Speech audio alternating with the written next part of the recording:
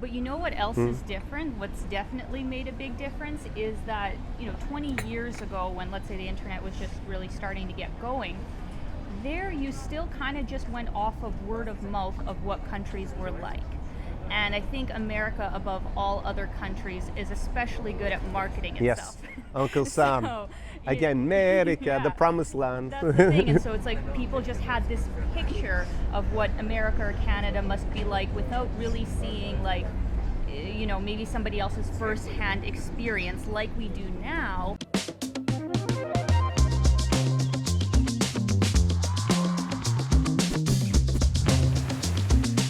Sar Experience. Привет! Привit, and welcome to another episode of the Vodka Vodcast. Me, Connor Klein. And today I have a special guest. Alina McLeod is here, big time travel YouTuber, and has a very interesting backstory to do with this region. And you might guess from the name, McLeod is not a typical Ukrainian No, last it's not. name. No, There's no, not a no, lot of no. McLeods It's here. not. But Alina is, and that's going to give you a little bit of a clue as to her personal background and history, and it's going to be really relevant to today's video, which is, would a Ukrainian girl leave Kiev, where we are today, for rural Canada in 2021 when we're shooting the video? Because that's what actually Alina did in the 1990s, and now she's come back and she's vlogged a lot in the region, and it's just very interesting watching videos to get her perspective about Ukraine. When she left, you did a great video with her mom, with your mom. I really enjoyed it. Differences between how she could remember Kiev at the time and coming back today. So Alina, maybe give us a little bit of background about what it was like, what you remember first of all when you left Ukraine, and when it was, and the whole kind of story about how that came about. Yeah, I mean, I am a Soviet Union baby. I was born basically like right at the tail end, like the beginning of 1991. Of course, as a kid, I don't have a lot of distinct memories, but I do kind of have this like memory of what it felt like to be here. And I have, certain memories of like what Christmases were like, and just spending time with my grandmas, because my mom was basically a single mother, and so she had to work a lot to make ends meet. It was some of the hardest times, after the Soviet Union fell apart. Our family was really struggling, so I usually stayed home with my grandma and my great grandma. They took really good care of me, even like started me in school. They like taught me to like read and write before I even went to school. We went to the park every day, and yeah, I remember overall like being really happy with my life and just doing regular kid stuff, and I didn't know anything else, right? It's just when you're this small, of course, you're just in your environment. When you feel good and happy and you have people who are warm around you and helping you is what's really essential.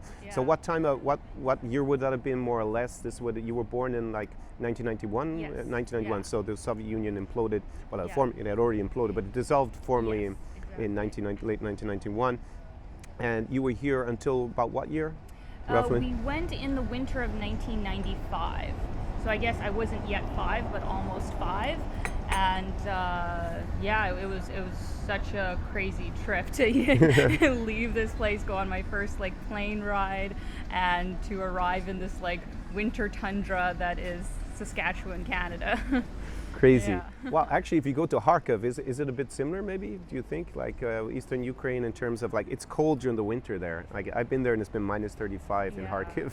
So it definitely gets cold, and there is a steppe there. Is it a little bit similar in terms of topography, or you don't think so? I only went to Kharkiv for the first time this year, and it was, early fall time, so I've never spent a winter there. So maybe I'll check it out sometime. But yeah, I mean, there's certain similarities, with, I think, the climate and the geography compared to Canada. It's like Ukraine also is a very big country, for Europe and stuff, and there is a lot of agriculture here, which is something very distinct for Saskatchewan. So there's definitely some similarities. Yeah, that's what I think.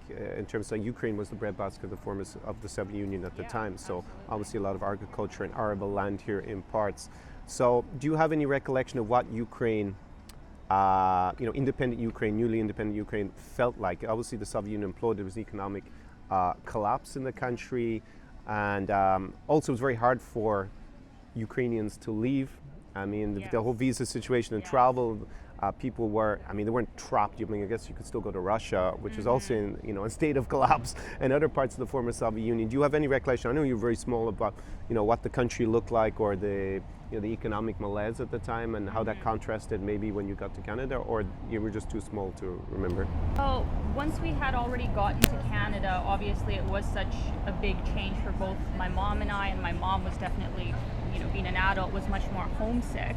So we did actually come back to Ukraine, I think, every single year, the first few years. So I do have some memories, more so up to the age of Okay. 10. And so I do remember like these changes happening all over the city. Like the most distinct one for whatever reason is when they opened the first McDonald's on Krishchatyk, and there were like lines wrapped around like the block. Yeah, and people I can were imagine. so excited. I've seen to those do that. grainy clips when they opened the first one in Moscow. I think it was just Yeah. before the end of the Soviet Union, and of course it's the same phenomenon. But I got to say, in Galway, on the west coast of Ireland, where I was born, I remember when McDonald's came, and people also queued to go to the McDonald's, whatever it is. And I've even seen recently, there's like a small town, I don't remember which one, somewhere near Kiev, where they brought a McDonald's. And again, there was a queue around the corner to get into it. So I think it's kind of a phenomenon. Great marketing, Absolutely great marketing. with the McDonald's. So you were able to see it change a good bit. And it just got faster and faster, because I feel like even when I was 15, that's when I remember coming to Ukraine one year and being like, wow, like this city is completely different than what it was like in my childhood. And just, the energy changed here, the people seemed to change. That's when I remember feeling like this is a completely different city than the one that I grew up in. Okay, interesting. And how did your mom meet your stepfather from Canada? How did that whole move take place, Yeah. and how did they get to know each other? Well, my dad's like the biggest sweetheart. He's an amazing person, but he basically didn't really leave Saskatchewan or Canada for most of his life. He worked all the time. He had his parents to look after, and it wasn't until they passed away that, in his words, he said like something inside of him snapped, and he felt like, oh my God, I'm in my mid 40s. I don't have a family yet. I haven't seen the world. What am I doing, basically? And so he went to the States and did like a road trip. He visited some other friends in Canada by himself. And then because he had some friends that were Ukrainian, he decided that he wanted to do like a tour of the Ukraine.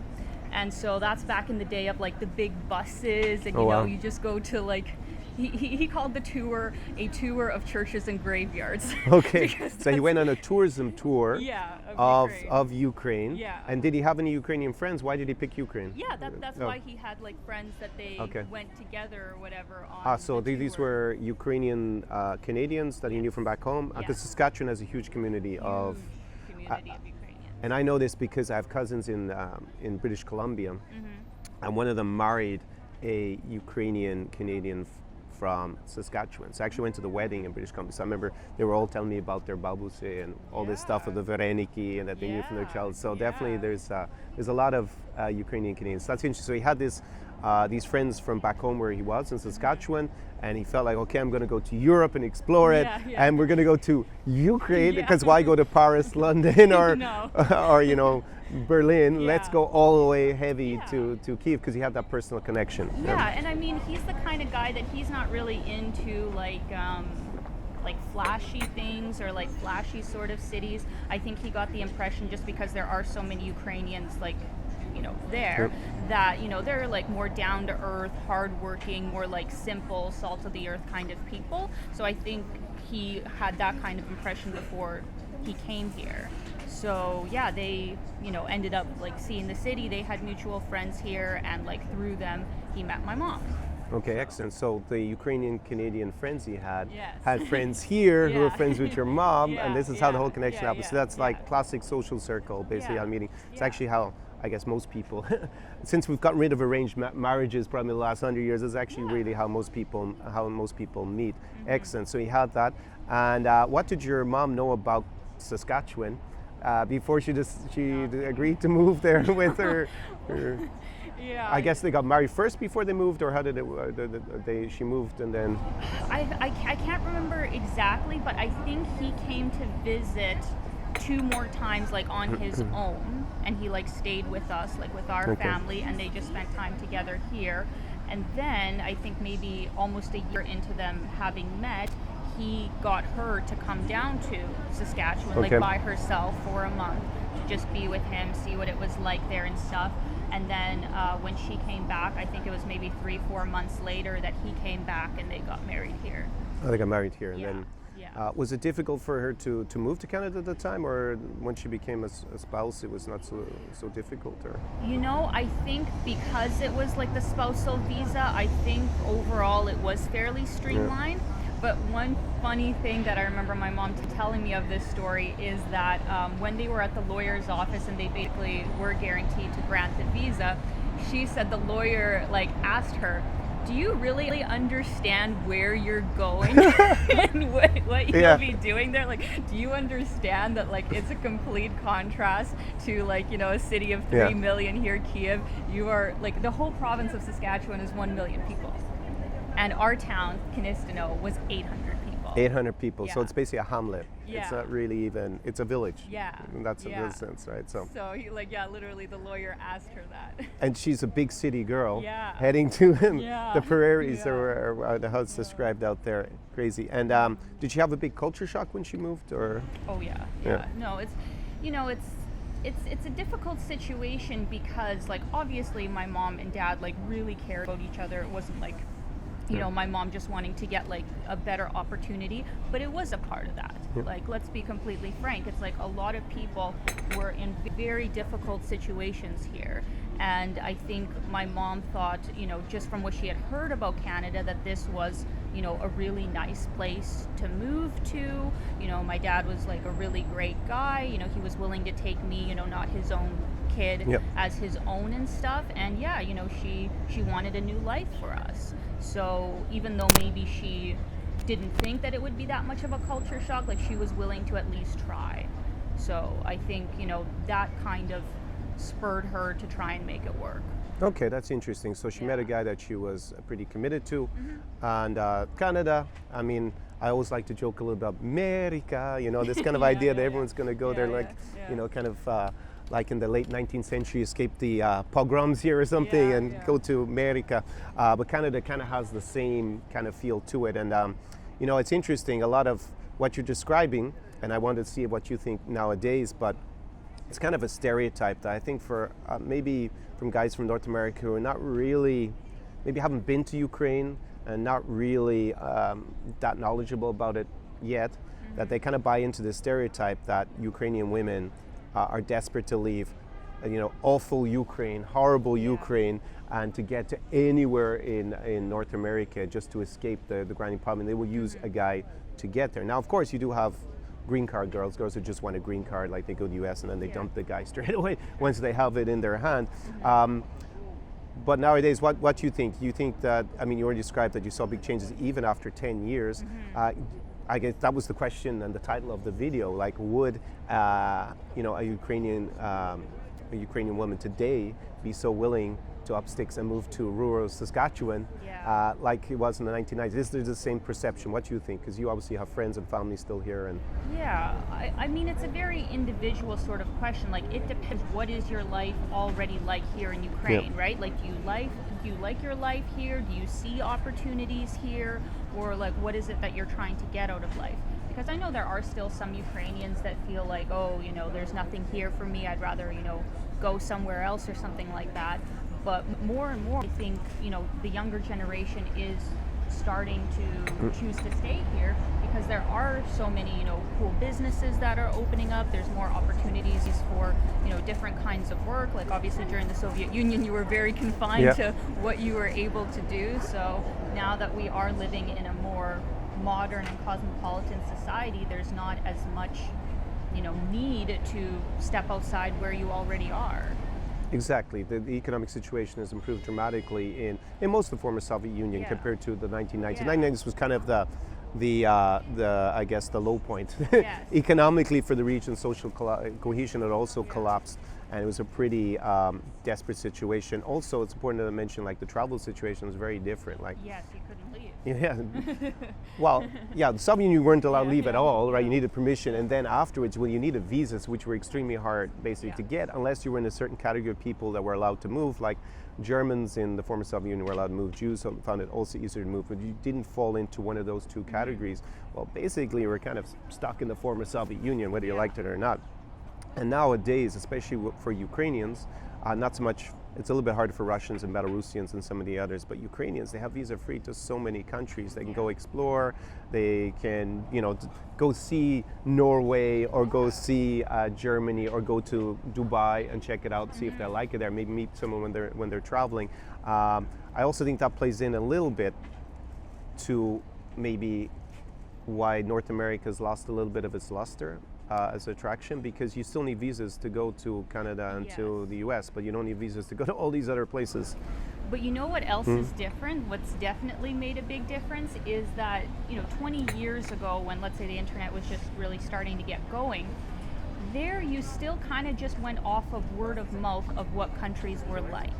And I think America, above all other countries, is especially good at marketing itself. Yes, Uncle Sam. So, Again, America, the yeah. promised land. That's the thing, and so it's like people just had this picture of what America or Canada must be like without really seeing maybe somebody else's first-hand experience like we do now with all this different kinds of media where, you can watch somebody's vlog or you can watch, some kind of reality show, let's say 90 Day Fiancé. Exactly. One of my favorite to pick on and to pick apart, in terms of like the relationships, and they see because that came up on the video, one of the episodes, or one of the couples I reviewed, that the mother of the American guy, she was just like, this Ukrainian girl, she wants to get here. And then my big concern is that she's using him. She was like, no, actually, I don't really want to live here. I actually want us to live in Europe when we have a child. Yeah. And then the mother was like terrified, oh God, she's going to take him away. It's the opposite. Yeah. We're going to have to go to Europe just to see our grandchildren. Yeah. So. Yeah. No, it's like, there are, of course, amazing things about America, Canada. I think they're great countries, but I think there's this illusion that every single person from these countries is like super wealthy, is like living in an amazing house, that you're going to have such a higher quality of living in these countries. And that's not always the case. It really depends on usually what social class you're in these countries. And I think that kind of veneer that everybody is wealthy in the West, having maybe grown up in Hollywood films, it definitely, in my experience, Ukrainian women today definitely don't buy into that whatsoever. They've probably been there and say, wow, there are actually a lot of crappy places in Germany or in Sweden, and not everybody as well. So they're a little bit more knowledgeable, I would say. Interesting, I had about 2 years ago, and this is why Saskatchewan is kind of, when I found out you were from Saskatchewan, I found it made something click in my brain, because I actually had a consulting client, it's over 2 years ago. And he was a chief in one of your First Nations. There are a lot of First Nations. I don't think I'm telling who he is if I just say it was a chief. Yeah, no. There's almost 100. And he contacted me because he had been talking online with a model from Moscow, I think originally. Red flag. Yes, first of all, I don't remember how old the guy was, and he was very nice on the phone when we were talking, but he was kind of a rural guy from Saskatchewan, and he believed, because he's on one of these letter writing sites, where he thought he was talking legitimately with this Instagram model. He was probably about 23, 24, judging by the photos, was flying between Dubai, Moscow, Maldives, and Monaco, judging by her Instagram every month, right? And he actually believed that she was looking for a good man to move out to rural Saskatchewan, and I don't know what he thought she was going to do there, like maybe farm. It was so ridiculous, right? The whole thing.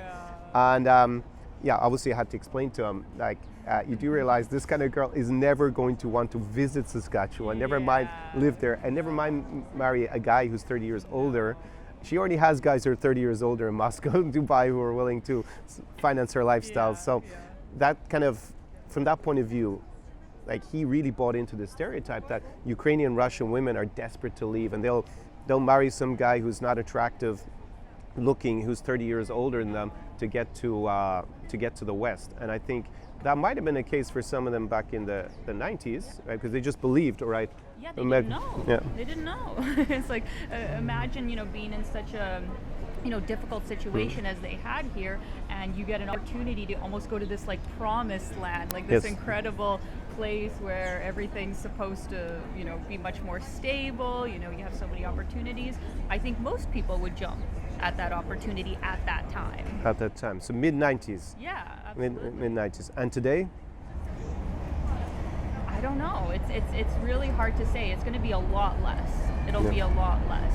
I think there are some people, especially in this like Gen Z generation, you could say, that I think some of them, just because I think the Western mentality is infiltrating to a certain extent, that maybe they aren't happy, with just the way, certain things are run here, or the certain kind of mentality that they have here, that they might want to go to the West because they want to be around, those Okay. more liberal beliefs. I could see that being a draw for some people, but for people who are maybe like more conservative and who have a more like traditional mindset that has been here for such a long time, why would they go to Canada or America? Like that would be going to the exact Opposite. of, Especially what Canada. yeah. Maybe not in rural Saskatchewan, but Yeah. but in general, to go to Canada or America, to California, New York, well, then it would be moving from somewhere that's more conservative politically, or maybe socially, to somewhere that's a lot more liberal, where they probably would struggle to fit in. So they actually would be better off staying here. Yeah, I think that's pretty much answers our question. It's a lot less likely that a Ukrainian girl in 2021 is going to up sticks and move to rural Saskatchewan. The value of that is definitely a lot lower than it was. Still possible, of course, if you meet the right person. I think a lot of women, if they like the guy and they obviously understand that it's rural Saskatchewan, that is the lifestyle that would be afforded them if they got married and moved there. I always say that for most guys, if they can manage their business remotely and the revenue streams, they're probably better off actually moving here. In reality, what do you think of that? What do you think of maybe the little bit of the reverse immigration? Instead of an immigration, now we have immigration from the West. Yeah. Have you noticed much of that here in Kiev? For sure. Have you considered yourself a reverse immigration back in? Well, honestly, I'm surprised how much more time I have been like just spending here. I didn't plan to actually come back basically every year for the last while. I don't know if I ever would like fully move here. There's not actually anywhere that I'm really set on right now, but I'm surprised how much I do enjoy coming back, because things have changed, so much for the better. And it is nice because even like this trip, I've met, so many like friends and, fellow YouTubers, and it's been nice to, have that taste of the West, of like foreigners coming here but still being in my own culture. Because the issue for me before is like, if I moved here, I just really have my family and I'd have to make a whole new social group. But when you have so many more people coming through here, and some people even deciding to live here, that makes it much better for me personally. And I've definitely seen an increase of foreigners who are choosing to come and live here. Yeah, and it's not just, obviously my channel, it's guys that watch it almost exclusively because that's who I tailor it for. But yesterday I was walking around and there was like a group of young Italian girls speaking to, I was like, 4 years ago in Kiev, if I saw a bunch of, Italian girls in their 20s, I probably would have stopped them and said, girls, what happened? What are you doing? How did you end up here? And I actually did that once in the airport in Boryspil. I saw two British girls and they could speak some Russian. I was like so amazed. I went over and they told me they've been studying Russian somewhere in Russia, and they were just on a connection back. But that was the only time in like 4 or 5 years I actually met girls from the West who were spending a lot of time here and actually learned the language and everything. And I see that, like Kiev, if you hang out at the hipster places, you're going to meet a lot of not just Western guys, but also quite a few Western girls. So definitely things are changing, and you kind of hit the nail on the head about one of the big issues is like social circle. When you move to a new place, and obviously because you speak Russian already with your mom, you're obviously a native speaker. For you, to be a lot easier, right? You come here, you already know the language. You also speak fluent English. You grew up in Canada, so you can relate to both. And I think it would be a lot easier for you to make that social circle pretty quickly. But that's actually from guys who I have as clients who move here. That's one of the biggest barriers that they actually face, and they don't really consider it so much. They think, a lot of them, because they're guys, they think, oh, I'm going to go out on lots of dates all the time. That's all they think about. And I'm going to be like, listen, it doesn't matter how pretty the girls, how interesting they are. After 3 months, and 100 dates or whatever, it's going to get boring talking to chicks, believe me, you know, who are you're romantically interested. You need a bunch of friends. So I think that's one of the big challenges, and definitely if you can speak the language, I think that just makes it a lot easier and step out of that kind of tourist box. I'm going to put all of Alina's links down below in the description to this video. It was fun having you on. It's fun hanging out with you as well. We had some good conversations already, and we're going to now do a video together for your channel, which is going to be probably a little bit more controversial, I think, judging by the list of questions I saw, but I'm looking forward to it. And yeah, let me know down below also in the comments what you think. Would Ukrainian girls not just move to rural Saskatchewan, but just move to the West in general? What do you think? Do you still buy into the kind of stereotype that I think is propagated an awful lot by dodgy marriage agencies, where they have an interest in telling these foreign guys, yes, they all want to leave with a good man from the West and go to liberal America, which is a bit of a paradox, right, and escape Ukraine and the so-called poverty and terrible situation here. Let me know about your experiences and drop a comment down below, and I will see you in the very next video. Do побачення, до свидання. Bye bye from Kiev, Ukraine. Ciao. SAR Experience.